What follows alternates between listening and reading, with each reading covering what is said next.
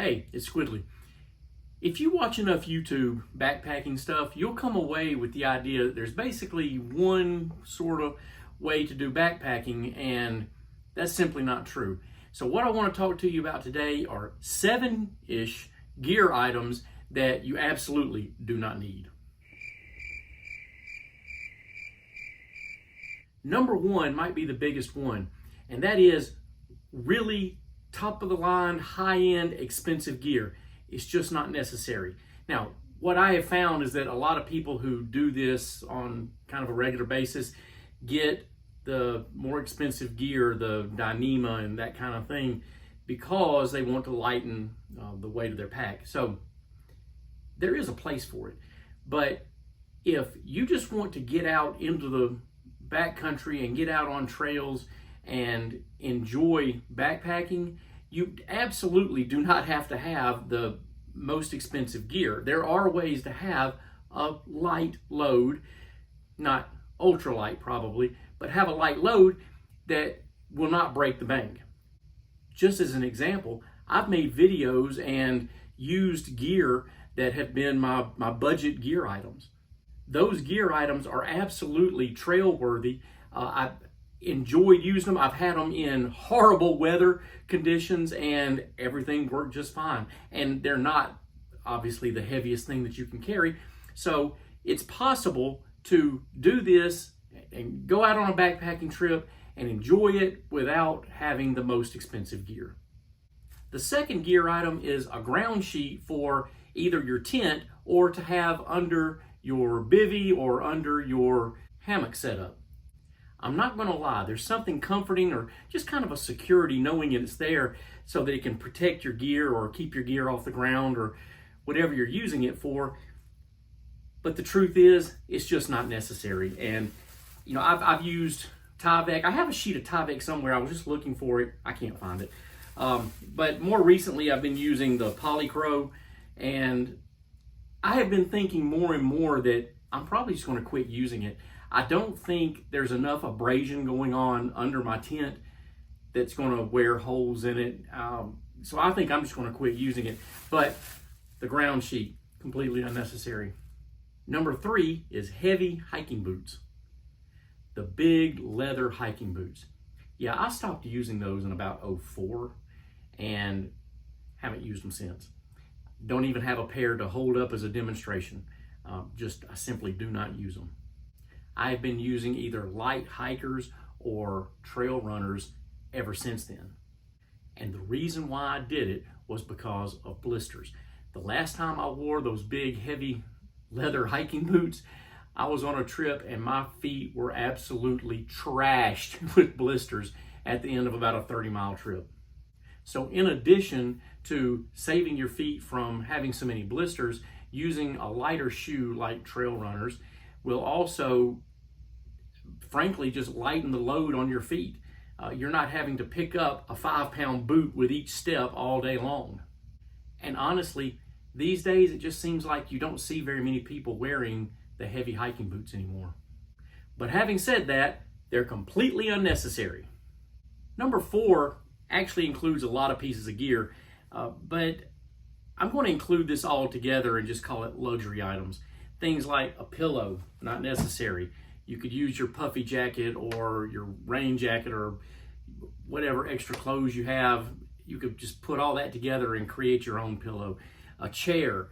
I've also started using, instead of a chair, the short hammock. The short hammock is really light and I would argue kind of worth it. But if you're just looking to go on a trip and take as little as you can get away with, both of these are unnecessary. You can always sit on a rock, on a log, on the ground. Everywhere you go, the ground is there. And finally, my nighttime relief pee bottle, which, by the way, I store it with water and some laundry detergent to kind of keep it clean and fresh. Number 5 is extra clothes.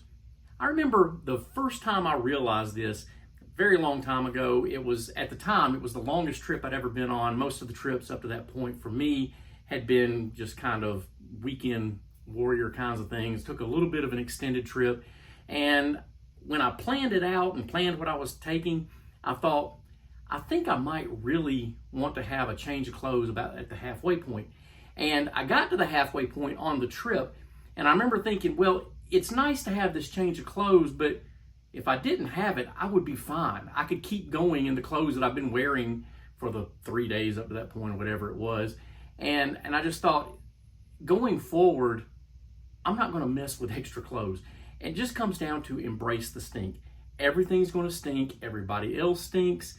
And even though you're putting fresh clothes onto a stinky body, everything's just going to stink. There's no getting around it. And extra clothes don't really improve matters. I do say all that with one exception, though. Socks. I do carry extra pairs of socks just for the purpose of keeping my feet clean and being able to have dry socks to sleep in at night. Number 6 is a pack cover. When I bought my Osprey Kestrel 48 a few years ago, it came with the cover to go on it, and I used it for a couple of trips. It even got rained on, and I just realized that with this on the outside, you know, maybe it protects it a little bit, but between the pack cover and your back, water's getting in there anyway. Your pack is going to get wet. So it just seems kind of unnecessary. I have a different solution that I use, one that's actually pretty common. And so if it's not something you've considered, this is the way to go. A few years ago, I bought a whole box of trash compactor bags, and I think in that time I've used about 4 of them. So I still have what I think is probably a lifetime supply. It was a box of 30. I've used about 4, so I don't think I will outlive this box. But instead of using a pack cover, instead I use a pack liner and just put this in the pack. This lasts me, sometimes I can get a couple of years out of one trash bag liner.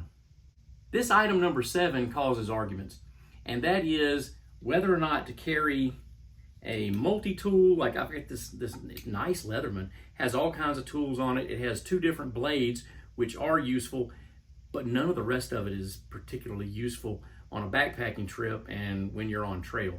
And so I just figured out after carrying this for a couple of years that it really was unnecessary and just a complete waste of weight that I was carrying around.